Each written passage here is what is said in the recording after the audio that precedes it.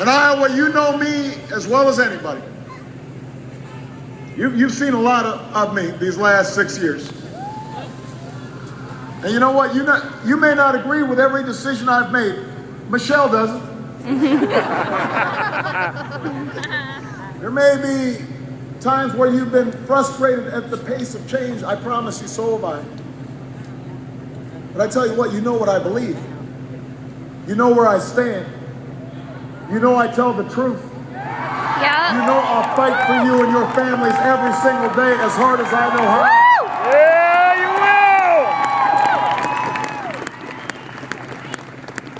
will! And that's why when we talk about change, we know what real change looks like because we fought for it.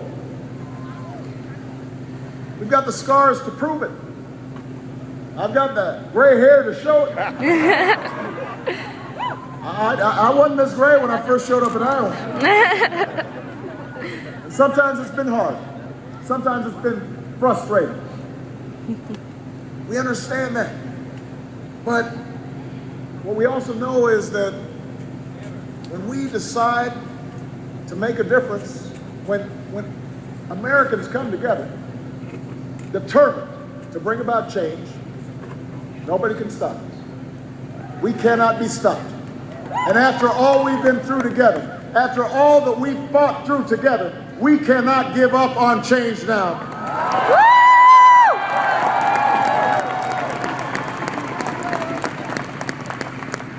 We know what real change looks like. Change is a country where every American has a shot at a great education, where we recruit new teachers, train new workers, bring down tuition so that no one in this country is forced to give up their dream of a college education. Woo! Change comes when we live up to this country's legacy of innovation by investing in the next generation of technology and manufacturing. Instead of subsidizing oil company profits, I want to support energy jobs of tomorrow. And Iowa knows about clean energy and biodiesel and wind turbines that will free this country from the grip of foreign oil. I don't want a tax code that rewards companies for creating jobs overseas. I want to reward companies that create jobs right here in America. That's what changes Iowa.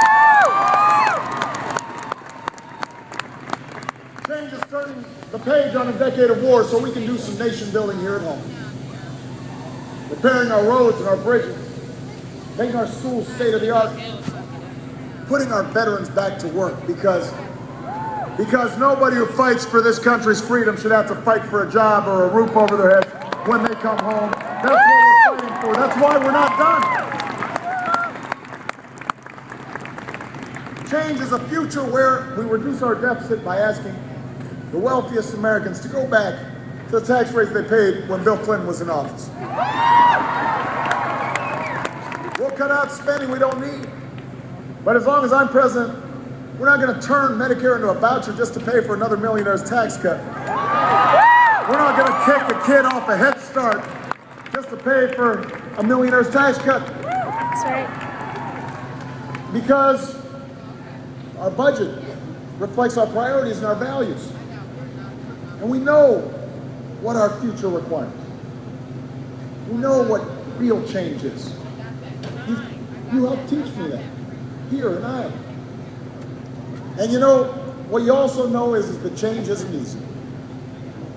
Remember, a lot of you showed up to town hall meetings back in 2007, 2008, and I used to talk about change, but I also said, I'm not just talking about changing presidents. I'm not just talking about changing parties. I'm talking about changing our politics. I told you I ran because your voices had been shut out of our democracy for way too long by special interests and politicians who will do whatever it takes to keep things just the way they are. And we've seen over the last 4 years, the status quo in Washington, they are powerful and they have fought us every step of the way. When we tried and succeeded in reforming our healthcare system, they spent millions trying to stop us. When we tried and succeeded in reforming Wall Street, they spent millions to push us back, and we kept on going. But those were tough fights. And what the protectors of the status quo in Washington are counting on now is that you'll get worn down by all the squabbling. You'll get fed up with the dysfunction. You'll give up on the change we fought for. You'll walk away and leave them to make decisions that affect every American. In other words, their bet is on cynicism. But Iowa, you taught me to bet on you. Woo! You taught me to bet on hope. I'll work with anybody of any party to move this country forward. And if you want to break the gridlock in Congress, you'll vote for leaders who feel the same way. Whether they're Democrats or Republicans or independents, the kind of Iowa leaders you've always had. Tom and Christy Vilsack and Tom Harkin, Leonard Boswell and Bruce Whaley, and my great friends Tom Miller and Mike Fitzgerald. But there's some principles you got to fight for. There are times where you've got to take a stand.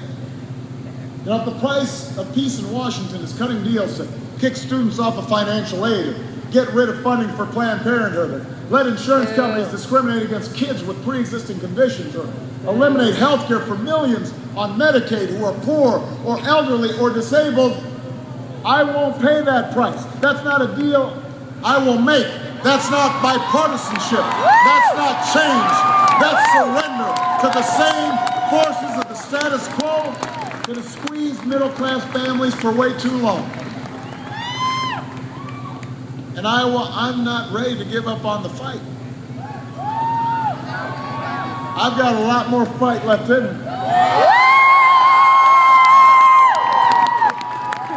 But to wage that fight on behalf of American families, I need you to still have some fight in you too. You know, the folks at the top of this country, turns out they don't need another champion in Washington. They'll always have a seat at the table. They'll always have access and influence. The people who need a champion are the Americans whose letters I read late at night after a long day in the office. The men and women I meet on the campaign trail every day. The laid-off furniture worker who's retraining at the age of 55 for a new career at a community college. She needs a champion. The restaurant owner who needs a loan to expand. He's got great food, but the bank turned him down. He needs help. He needs a champion. The cooks and the waiters and cleaning staff working overtime in a hotel in Des Moines or Vegas, saving up to buy a first home or send their kid to college. They need a champion. The auto worker who was laid off thought the plant would never reopen and is now back on the job, filled with pride and dignity, building a great car, building America. He needs a champion. The teacher in an overcrowded classroom with outdated school books, digging into her own pocket to buy school supplies, not always feeling like she's got the support she needs, but showing up every day because she knows that this might be the day that she's got a breakthrough and she makes a difference in one child's life. She needs a champion.